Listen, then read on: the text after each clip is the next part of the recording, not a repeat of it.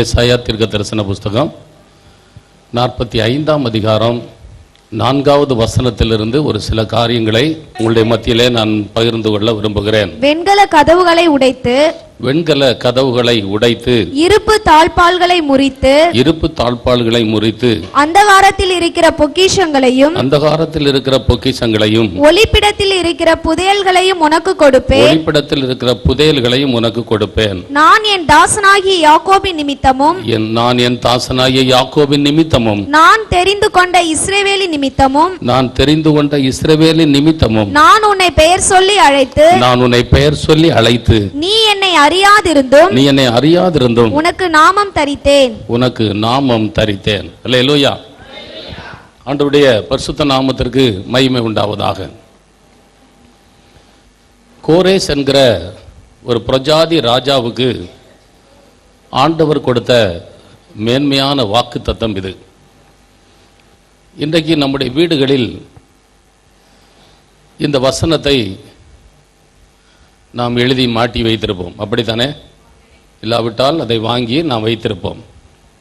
எதற்காக என்றால், நம்முடைய ஆண்டவர் வெண்கல கதவுகளை உடைத்து இருப்பு தாழ்பால்களை முறித்து அந்தகாரத்தில் இருக்கிற பொக்கிஷங்களையும் ஒளிப்பிடத்தில் இருக்கிற புதையல்களையும் நமக்கு தர வேண்டும் என்று சொல்லி, பிரியமான கர்த்தருடைய பிள்ளைகளை நாம் வாஞ்சித்து இப்படிப்பட்ட வசனங்களை நம்முடைய வீடுகளிலே வைப்பது வழக்கம். அநேகருக்கு இந்த வசனம் மிகுந்த ஆசீர்வாதமாக இருந்திருக்கிறது. அநேகர் இந்த வசனத்தை வைத்து ஜெபித்து இதில் உள்ள ஆசீர்வாதங்களை சுதந்திரித்துக் கொள்ளாமலும் இருக்கிறார்கள். நான் சொன்னேன், இந்த வார்த்தையானது கோரேஸ் என்கிற ஒரு பிரஜாதி ராஜாவுக்கு கொடுக்கப்பட்ட வார்த்தை, அப்படித்தானே? கர்த்தருடைய பரிசுத்த நாமத்திற்கு மகிமை உண்டாவதாக. இந்த கோரேசை கர்த்தர் ஒரு விசேஷித்த நோக்கத்தோடு தெரிந்து கொண்டார்.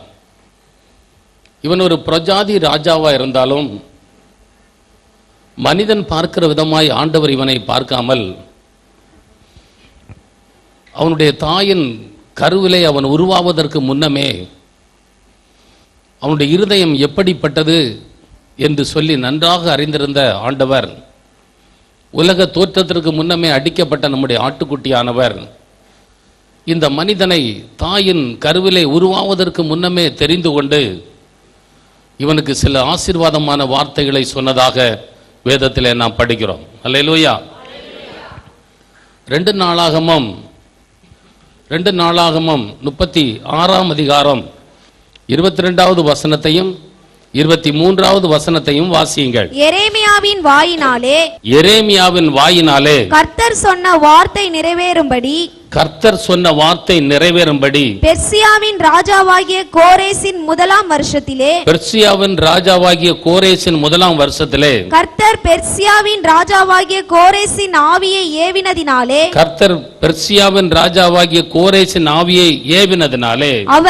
அவன் பரலோகத்தின் தேவனாகிய கர்த்தர் பூமியின் ராஜ்யங்களை எல்லாம் எனக்கு தந்தருளி. கரங்களை உயர்த்தி அல்லேலூயா சொல்லுங்கள். அருமையான தேவனுடைய பிள்ளைகளே, நான் உங்களுடைய மத்தியிலே சொன்னேன், இவன் ஒரு புறஜாதி ராஜா. ஆனால் இப்பொழுது அவன் என்ன சொல்லுகிறான் தெரியுமா? நான் ராஜாவாக இருப்பதற்கு காரணம் என்ன தெரியுமா? பரலோகத்தின் தேவனாகிய கர்த்தர் பூமியில் உள்ள ராஜ்யங்களை எல்லாம் எனக்கு தந்தருளினார். கரங்களை உயர்த்தி அல்லேலூயா சொல்லுங்கள். அவனுடைய இருதயத்தை பாருங்கள், அவனுடைய இருதயம், நான் இப்பொழுது மேன்மையாக இருப்பதற்கு காரணம் என்ன?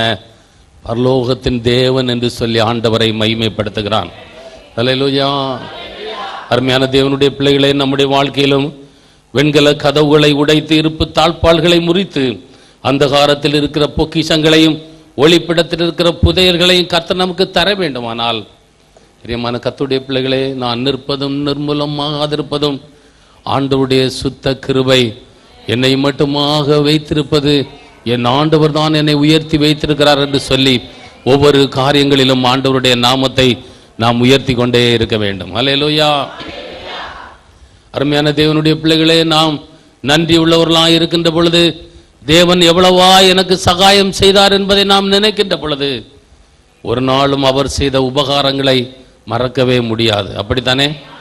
வெண்கல கதவுகளை உடைத்து இருப்பு தாழ்பாள்களை முறித்து அந்தகாரத்தில் இருக்கிற பொக்கிஷங்களையும் ஒளிப்பிடத்தில் இருக்கிற புதையல்களையும் உனக்கு கொடுப்பேன் என்று இந்த கோரேசை பார்த்து ஆண்டவர் சொல்லுகிறார். அதற்கு காரணம் என்ன?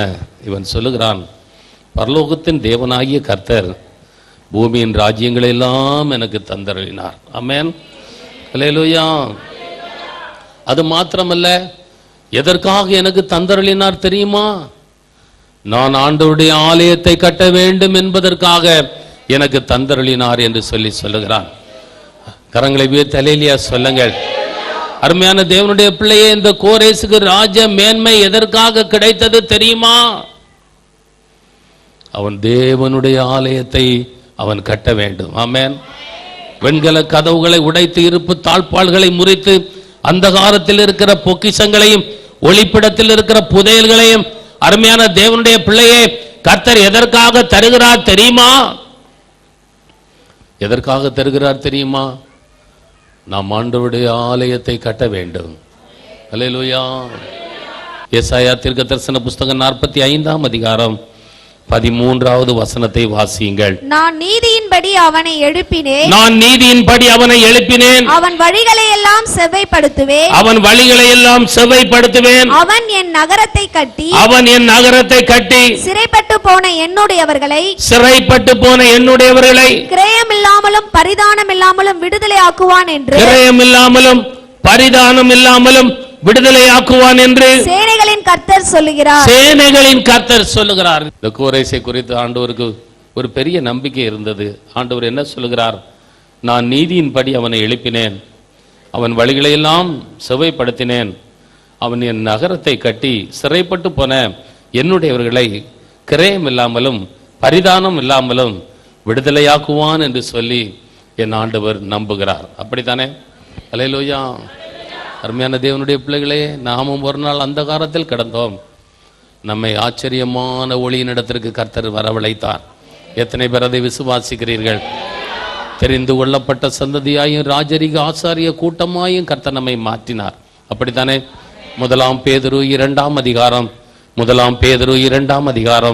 9வது வசனத்தை வாசியுங்கள். நீங்களோ உங்களை அந்தகாரத்தில் நின்று தம்முடைய ஆச்சரியமான ஒளியினிடத்திற்கு வரவழைத்தவருடைய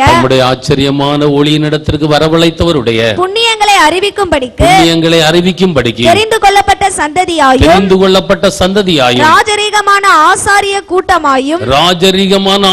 கூட்டமாயும் பரிசுத்த ஜாதியாயும் அவருக்கு சொந்தமான ஜனமாயும் நீங்கள் இருக்கிறீர்கள். அல்லேலூயா. ஒரு நாள் அந்தகாரத்தில் கிடந்த நம்மை ஆச்சரியமான ஒளியினிடத்திற்கு நம்மை வரவழைத்தார். எதற்காக தெரியுமா? அவருடைய புண்ணியங்களை நாம் அறிவிக்க வேண்டும். அதற்காக ராஜரீக ஆசாரிய கூட்டமாய் நம்மை மாற்றினார். பரிசுத்த ஜாதியாக நம்மை மாற்றினார். அவருடைய சொந்த ஜனமாக கர்த்தர் நம்மை மாற்றினார். ஆமென். அருமையான தேவனுடைய பிள்ளையே, கோரேசின் மேல் ஒரு பெரிய நம்பிக்கை ஆண்டவர் வைத்திருந்தது போல, அருமையான தேவனுடைய பிள்ளையே, நம்மேல் ஆண்டவர் ஒரு பெரிய நம்பிக்கை வைத்திருக்கிறார் என்பது உங்களுக்கு தெரியுமா? நம்மேல் ஆண்டவர் ஒரு பெரிய நம்பிக்கை வைத்திருக்கிறார். நாம் தேவனுடைய ஆலயத்தை கட்டுவது மாத்திரமல்ல, அருமையான தேவனுடைய பிள்ளையே, நீங்களே தேவனுடைய ஆலயம் என்று சொல்லப்பட்டிருக்கிறது. நம்முடைய ஆவிக்குரிய ஜீவியத்தை கட்டி எழுப்புவதும் மாத்திரமல்ல, இன்று அநேகர் சிறைப்பட்டு போயிருக்கிறார்கள்.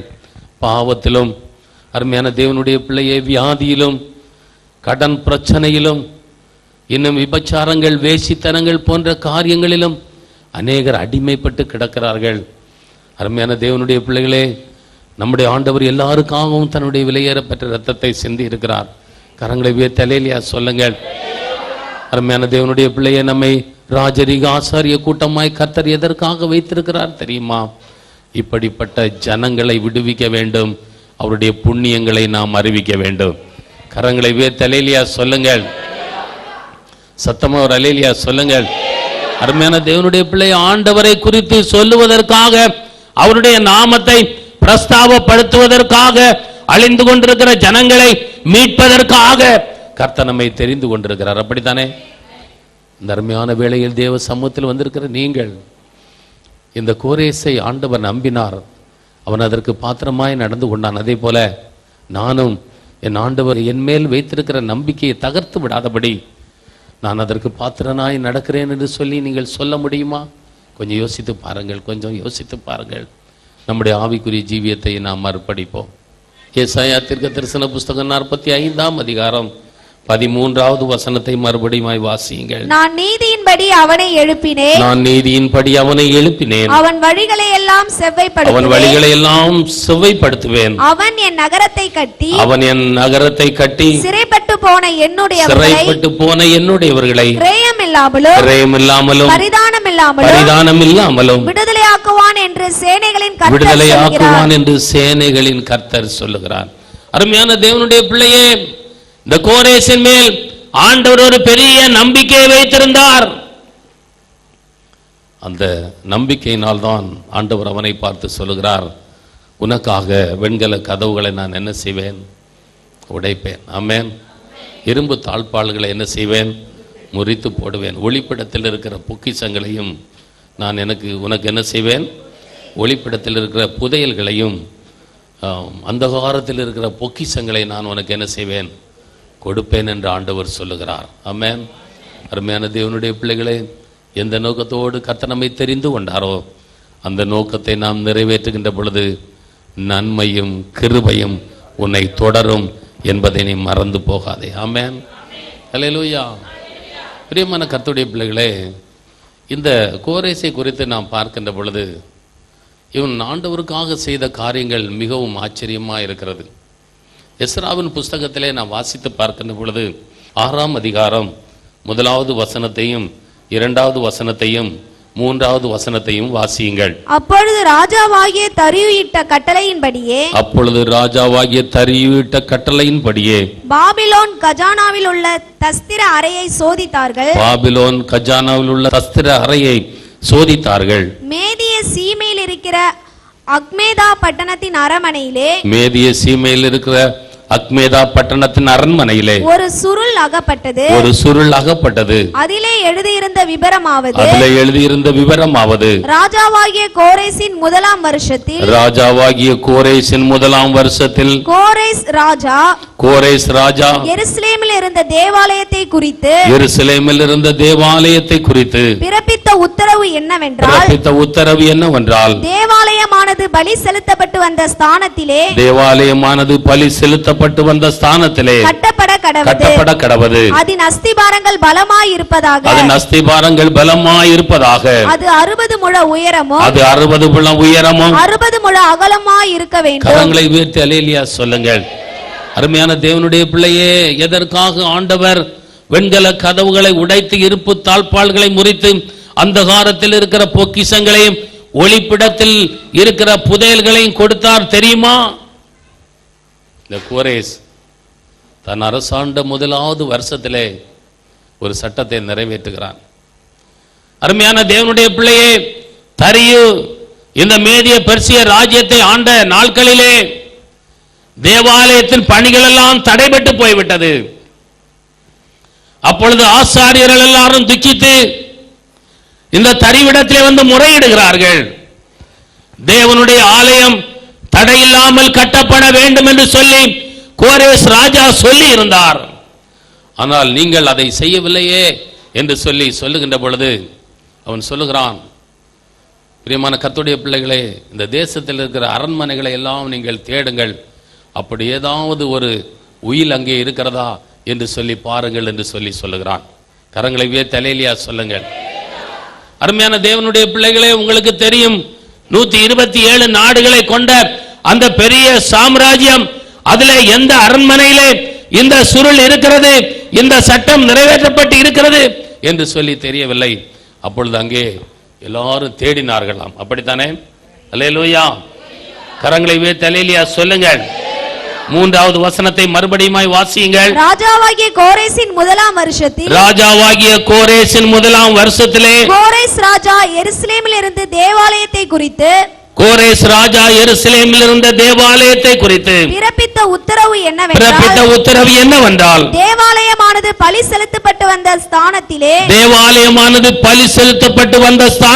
கட்டப்பட கடவது. அதன் அஸ்திபாரங்கள் அதனுடைய அஸ்திபாரங்கள் பலமாயிருப்பதாக. அது 60 முழ உயரமும் 60 முழ அகலமுமாய் இருக்க வேண்டும். கரங்களை உயர்த்தி அல்லேலூயா சொல்லுங்கள். பிரியமான கர்த்தருடைய பிள்ளைகளே, அவன் ஆட்சிக்கு வந்த முதலாவது வருஷத்திலே இந்த சட்டத்தை கொண்டு வந்தானா. ஆமென், அல்லேலூயா. இவனுக்காக ஆண்டவர் வெண்கல கதவுகளை உடைத்து இருப்பு தாழ்பாள்களை முறித்து அந்தகாரத்தில் இருக்கிற பொக்கிஷங்களையும் ஒளிப்பிடத்தில் இருக்கிற புதையல்களையும் கொடுப்பேன் என்று சொன்னாரே. இவனுடைய இருதயத்தை பாருங்கள். முதலாம் வருஷத்திலே அவன் சொல்றான், தேவாலயம் பலியிடப்பட்ட அந்த இடத்திலே கட்டப்பட வேண்டும். ஆமென். அதனுடைய அஸ்திபாரங்கள் எல்லாம் எப்படி இருக்க வேண்டும்? உறுதியாய் பலமாய் இருக்க வேண்டும். அது 60 முழம் உயரம் இருக்க வேண்டும், 60 முழம் அகலம் இருக்க வேண்டும் என்று சொல்லி அவன் ஒரு உயில் எழுதி வைக்கிறான். அல்லேலூயா. பிரியமானவர்களே, எல்லாரும் சாவ போற நேரத்தில் தான் உயில் எழுதுவாங்க, அப்படித்தானே? உண்மையா இல்லையா? ஆனால் இவன் முதல் வருஷத்தில் எழுதுறான். அவருடைய அர்த்தம் என்னவென்றால், ஒருவேளை நான் நாளைய தினத்திலே ராஜாவாக இல்லாமல் போனாலும் தேவனுடைய ஆலயத்தின் வேலை தடைபடக்கூடாது என்று சொல்லி நினைத்தான். அல்லேலூயா. கரங்களை உயர்த்தி அல்லேலூயா சொல்லுங்கள். தன்னுடைய ராஜ்ய பாரம் ஒருவேளை பிடுங்கப்பட்டாலும் இல்லாவிட்டால் மரணம் அவனை சந்தித்தாலும், என் ஆண்டவருடைய வேலை, என் ஆண்டவர் ஒன்றுமில்லாத என்னை ஒரு புறஜாதி மனிதனை நம்பி இந்த மேன்மையான இடத்திலே உயர்த்தி வைத்தார். ஆதலால் என் ஆண்டவரை மகிமைப்படுத்த வேண்டும் என்று சொல்லி ஒரு பெரிய சட்டத்தை கொண்டு வந்து விட்டான். அப்படித்தானே? அல்லேலூயா. முதலாவது வருஷத்தில் செய்தானாம். ஆமென். கரங்களை உயர்த்தி அல்லேலூயா சொல்லுங்க. அருமையான தேவனுடைய பிள்ளை, அவனுடைய இருதயம் எவ்வளவு நல்ல இருதயமாக இருந்திருக்கிறது பாருங்கள். நல்ல இருதயமாக இருந்திருக்கிறது. அப்படித்தானே? இன்றைக்கு அநேகர் ஆண்டவரிடத்திலிருந்து எவ்வளவோ நன்மைகளை பெற்று அதெல்லாம் மறந்து போயிடுறாங்க. அதை ஒரு பொருட்டா என்ன செய்யறதில்லை, நினைக்கிறதே இல்லை, ஒரு பொருட்டா நினைக்கிறதே இல்லை. அருமையான தேவனுடைய பிள்ளை அப்படி அல்ல.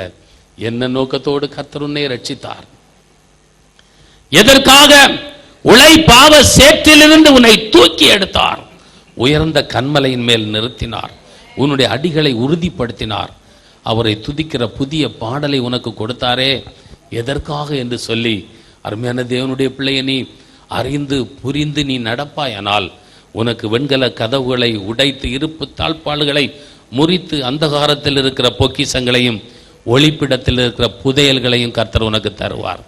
அல்லேலூயா. கரங்களை உயர்த்தி அல்லேலூயா சொல்லுங்கள். ஆண்டவருடைய பரிசுத்த நாமத்திற்கு மகிமை உண்டாவதாக. பிரியமானவர்களே, அதற்கு அடுத்தபடியாக இந்த கோரேஸ் ராஜா ஆசீர்வதிக்கப்படுவதற்கு அடுத்த காரியம் என்ன?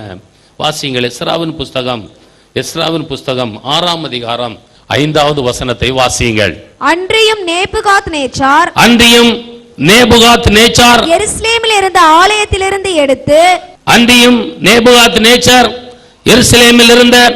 ஆலயத்திலிருந்து எடுத்து பாபிலோனுக்கு கொண்டு வந்த தேவனுடைய ஆலயத்துக்கு அடுத்த பொன் வெள்ளி பனிமுட்டுகள் எருசலேமில் உள்ள தேவாலயமாகிய தங்கள் ஸ்தானத்திற்கு போய் சேரும்படிக்கு திரும்ப கொடுக்கப்பட கடவது. அவைகளை தேவனுடைய ஆலயத்துக்கு கொண்டு போக கடவர்கள் என்று எழுதியிருந்தது. அல்லேலூயா. நேபுகாத்நேச்சார் எருசலேம் தேவாலயத்திலிருந்து கொண்டு வந்த வெள்ளி பொன் முதலாகிய பரிசுத்த பனிமுட்டுகளை அந்த ஆலயத்திற்கு திரும்ப கொடுத்து விட வேண்டும் என்று சொல்லி எழுதுகிறான். கரங்களை உயர்த்தி அல்லேலூயா சொல்லுங்க. எல்லாருக்கும் தெரியும், இந்த நேபுகாத்நேச்சார் நான் கட்டின மகா பாபிலோன் என்று சொல்லி சொன்னது மாத்திரமல்ல, பிரியமான கர்த்தருடைய பிள்ளைகளே, அவன் குடித்து வரித்து அரண்மனையில் இருக்கின்ற பொழுது பரிசுத்த பனிமுட்டுகளை கொண்டு வர சொல்லி அதிலே தானும் தன்னுடைய வைப்பாட்டிகளும் மறுமனை ஆட்டிகளும் பிரியமான கர்த்தருடைய பிள்ளைகள் அவனுடைய பிரபுக்களும் குடித்தார்கள் வெறித்தார்கள் என்று சொல்லி வேதத்திலே படிக்கிறோம். அப்பொழுது ஒரு கையுறுப்பு அவனுக்கு விரோதமாய் எழும்பினது. பிரியமான கர்த்தருடைய பிள்ளைகளை, திராசிலே நிறுத்தப்பட்டு நீ குறைய காணப்படுகிறாய் என்று சொல்லி ஒரு கையுறுப்பு அவனுக்கு விரோதமாய் எழும்பினது. அன்று ராத்திரியிலே அவன் கொலை செய்யப்பட்டான் என்று சொல்லி வேதத்திலே பார்க்கிறோம். அப்படித்தானே? அல்லேலூயா. அன்று ராத்திரியிலே அவன் கொலை செய்யப்பட்டான். கொஞ்சம் யோசித்து பாருங்க பிரியமானவர்களே, கொஞ்சம் யோசித்து பாருங்க. இதெல்லாம் அறிந்த கோரேஸ் தேவனுடைய ஆலயத்தை கட்டுவது மாத்திரமல்ல, அந்த பனிமுட்டுகளை எல்லாம் அங்கே கொண்டு போய் சேர்க்க வேண்டும் என்று சொல்லி சொல்லுகிறான். அல்லேலூயா. அவனுடைய இருதயத்தை பாருங்கள், அவனுடைய இருதயத்தை பாருங்கள். அருமையான தேவனுடைய பிள்ளையே, தன்னை உயர்த்தின ஆண்டவரை எல்லா விதத்திலும் கனப்படுத்த வேண்டும் என்று சொல்லி விரும்புகிறான். அப்படித்தானே? அல்லேலூயா. தன்னை உயர்த்தின ஆண்டவருடைய பரிசுத்த பனிமுட்டுகள் தேவனுடைய ஆலயத்திலே கம்பீரமாய் இருக்க வேண்டும் என்று சொல்லி நினைக்கிறான். ஆமென். அல்லேலூயா.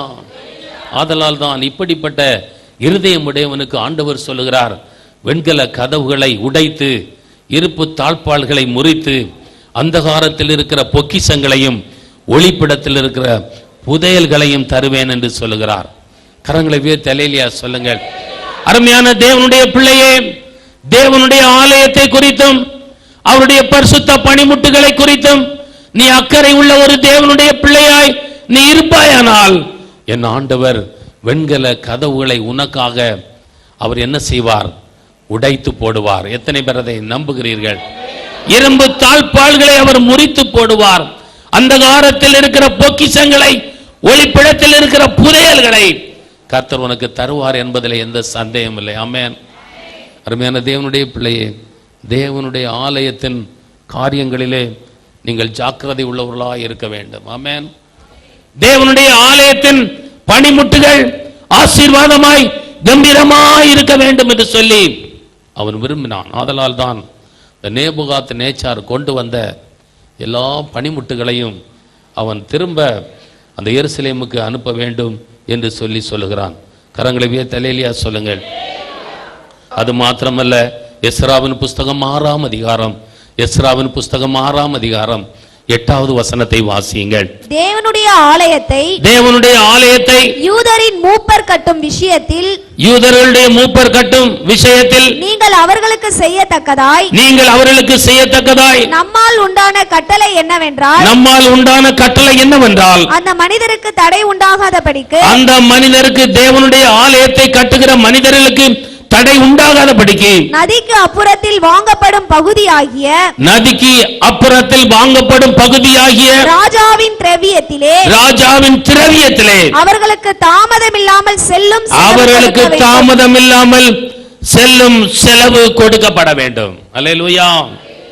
கரங்களை தலையிலியா சொல்லுங்கள். அருமையான தேவனுடைய பிள்ளையே, நதிக்கு அப்புறத்தில் வாங்கப்படும் பகுதியாகிய ராஜாவின் திரவியத்திலே அவர்களுக்கு தாமதம் இல்லாமல், அருமையான தேவனுடைய பிள்ளையே, செல்லும் செலவுக்கு கொடுக்கப்பட வேண்டும் என்று சொல்லி சொல்லுகிறான். ஆமென். இந்த தேவனுடைய ஆலயம் கட்டப்படுவதற்கு நதிக்கு அப்புறத்திலே என்னென்ன டாக்ஸ் வருதோ அது எல்லாவற்றையும் நீ ஒன்று சேர்த்து இந்த ஆலயத்தின் வேலைகளை செய்வதற்கு தாமதமின்றி கொடுக்க வேண்டும் என்று சொல்லி சொல்லுகிறான். ஆமென். ஆண்டவருக்கு கொடுப்பதை எப்படி கொடுக்க வேண்டும் என்று சொல்லி சொல்லுகிறான்? தாமதமின்றி கொடுக்க வேண்டும் என்று சொல்லி சொல்லுகிறான். அவனுடைய இருதயத்தை பாருங்கள். ஒரு பெரிய ராஜா, ஆண்டவர் அவனை ஆசீர்வதித்து உயர்த்தினார். அருமையான தேவனுடைய பிள்ளையே, அது ஒரு திட்டத்தை போடுகிறான். நதிக்கு அப்புறத்தில் வர திரவியம் எல்லாவற்றையும் நீ சேர், அதை ராஜாவின் கட்டளையின்படி ஆலய வேலைக்காக நீ கொடுக்க வேண்டும். அதை எப்படி கொடுக்க வேண்டும் என்றால் தாமதமின்றி கொடுக்க வேண்டும். கரங்களை தலையிலியா சொல்லுங்கள். அருமையான தேவனுடைய பிள்ளையே, ஆண்டவருக்கு கொடுக்கின்ற பொழுது கூட தேவனுடைய பிள்ளைகளாகிய நீங்கள் தாமதமின்றி கொடுக்க வேண்டும், உற்சாகத்தோடு கொடுக்க வேண்டும். தேவனுடைய ஆலயம் கட்டப்பட வேண்டும் என்று சொல்லி திட்டமிட்டு கொடுக்க வேண்டும். ஆமென். அல்லேலூயா. அப்படிப்பட்டவர்களுக்கு தான் பிரியமான கர்த்தருடைய பிள்ளைகளே, வெண்கல கதவுகளை உடைத்து இருப்பு தாழ்பாள்களை முறித்து அந்தகாரத்தில் இருக்கிற பொக்கிஷங்களையும் ஒளிப்பிடத்தில் இருக்கிற புதையல்களையும் என் ஆண்டவர் தருவார். ஆமென். ஆதலால் கர்த்தருக்கு கொடுக்கின்ற பொழுது நாம் எப்படி கொடுக்க வேண்டும் தெரியுமா? தாமதமின்றி கொடுக்க வேண்டும். தாமதமின்றி கொடுக்க வேண்டும். ஆமென். அதே அதிகாரத்திலே 9வது வசனத்தை வாசியுங்கள். பரலோகத்தின் தேவனுக்கு சர்வாங்க தகன பலிகளை இட, பரலோகத்தின் தேவனுக்கு சர்வாங்க தகன பலிகளை இட தேவையான இளங்காளைகள், கரங்களை உயர்த்தி அல்லேலூயா சொல்லுங்கள். அருமையான தேவனுடைய பிள்ளையே, ஆலயம் இன்னும் கட்டி முடிக்கப்படவே இல்லை. ஆமென். ஆலயம் இன்னும் கட்டி முடிக்கப்படவே இல்லை. ஆனால் அவன் எதை குறித்து யோசிக்கிறான் தெரியுமா? இந்த ஆலயம் கட்டி முடிக்கப்பட வேண்டும். அதன் பிரதிஷ்டை நாள் சீக்கிரமாய் வரப்போகிறது. அந்த நாளிலே ஆண்டவருக்கு சர்வாங்க தகன பலிகளை செலுத்த வேண்டும். அல்லேலூயா. அவனுடைய இருதயம் எவ்வளவு நல்ல இருதயமா இருந்திருக்கு பாருங்க. கொஞ்சம் யோசித்து பாருங்க. அவன் சொல்லுகிறான், பரலோகத்தின் தேவனுக்கு சர்வாங்க தகன பலிகளை இட தேவையான இளங்காளைகள், ஆட்டுக்கடாக்களை கொடுக்க வேண்டும். இளங்காளைகள் மாத்திரமல்ல, ஆட்டுக்கடாக்களை கொடுக்க வேண்டும். ஆட்டுக்குட்டிகளை கொடுக்க வேண்டும். கோதுமையை கொடுக்க வேண்டும். உப்பை கொடுக்க வேண்டும். திராட்சரசத்தை கொடுக்க வேண்டும். எண்ணெய் முதலானவை தினம் தினம் அவர்கள் சொற்படி தாழ்ச்சி இல்லாமல் கொடுக்கப்பட கடவது. குறைவில்லாமல் கொடுக்க வேண்டுமா? ஆமென்.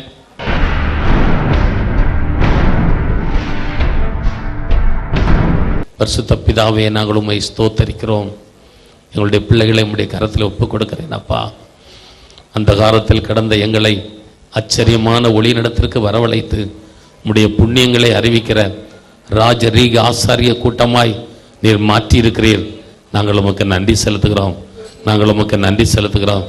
ஆண்டவரே, நாங்கள் கூலியை வாங்கி பொத்தலான பையிலே போடாதபடி, எங்களுடைய ஆசீர்வாதங்கள் எல்லாவற்றையும் நாங்கள் நஷ்டப்படுத்தி விடாதபடிக்கு உம்முடைய வேலைகளை குறித்து கரிசனை உள்ள ஒரு ஜனங்களாய் இருப்பதற்கு நீர் கிருபை செய்ய வேண்டுமா ஜெபிக்கிறோம். ஆண்டவரே, ஒரு மனிதனும் கெட்டு போவது என்னுடைய சித்தம் அல்ல என்று சொல்லி நீர் சொல்லி இருக்கிறீர். அநேகர் ஆண்டவரே பலவிதமான காரியங்களிலே சிறையிருப்பிலே இருக்கிறார்கள் அப்பா. அவர்களை எல்லாம் விடுவிப்பதற்கு பரிசுத்த ஆவியானவரே நீர் எங்களை பயன்படுத்த வேண்டுமா ஜெபிக்கிறோம். எங்களை ஆசீர்வதியும். இங்கு வந்திருக்கிற ஒவ்வொருவரையும் ஆசீர்வதியும். 1000 மடங்கு நன்மைகளை தாரும். பல தேவலோடு இங்கே வந்திருக்கிறார்கள் அப்பா. கண்ணீரோடு வந்திருக்கிறார்கள். ஆண்டவரே, எங்களுடைய ஜனங்கள் வெட்கப்பட்டு போகக்கூடாது. எங்களுடைய ஜனங்கள் வெட்கப்பட்டு போகவே கூடாது அப்பா. எங்களுடைய பிள்ளைகளை ஆசீர்வதித்து உங்களுடைய பெயரை நீர் பெருமைப்படுத்த வேண்டுமாய் பிதா குமாரன் பரிசுத்தாவின் நாமத்தினாலே இவர்களை ஆசீர்வதிக்கிறேன். ஒரு குறையும் இல்லாதபடி நீர் ஆசீர்வதித்து உயர்த்த வேண்டுமாய் இயேசுவின் இன்ப நாமத்தில் ஜெபிக்கிறோம் நல்லருமை பிதாவே. சென்னை ஹோப் ஏஜி சபையின் ஞாயிறு ஆராதனை நேரங்கள்: முதல் ஆராதனை காலை 5 மணிக்கும், 2ஆம் ஆராதனை காலை 7 மணிக்கும், 3ஆம் ஆராதனை காலை 8:45 மணிக்கும், 4ஆம் ஆராதனை காலை 10:30 மணிக்கும் நடைபெறுகிறது. ஆங்கில ஆராதனை காலை 9 மணிக்கும், வாலிபர் ஆராதனை மாலை 4 மணிக்கும், தெலுங்கு ஆராதனை மாலை 5 மணிக்கும் மற்றும் ஞாயிறு மாலை ஆராதனை மாலை 6:30 மணிக்கும் நடைபெறுகிறது. வெள்ளிக்கிழமை தோறும் உபவாச ஜெபம் காலை 10 மணிக்கும், சனிக்கிழமை தோறும் அற்புத சுகமளிக்கும் ஆராதனை மாலை 6:30 மணிக்கும் நடைபெறுகிறது.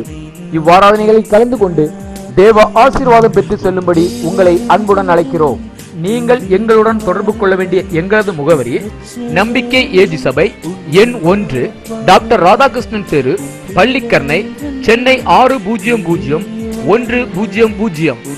செல் நம்பர் 9841390048 95511 81198 99625 320119 மற்றும் 98412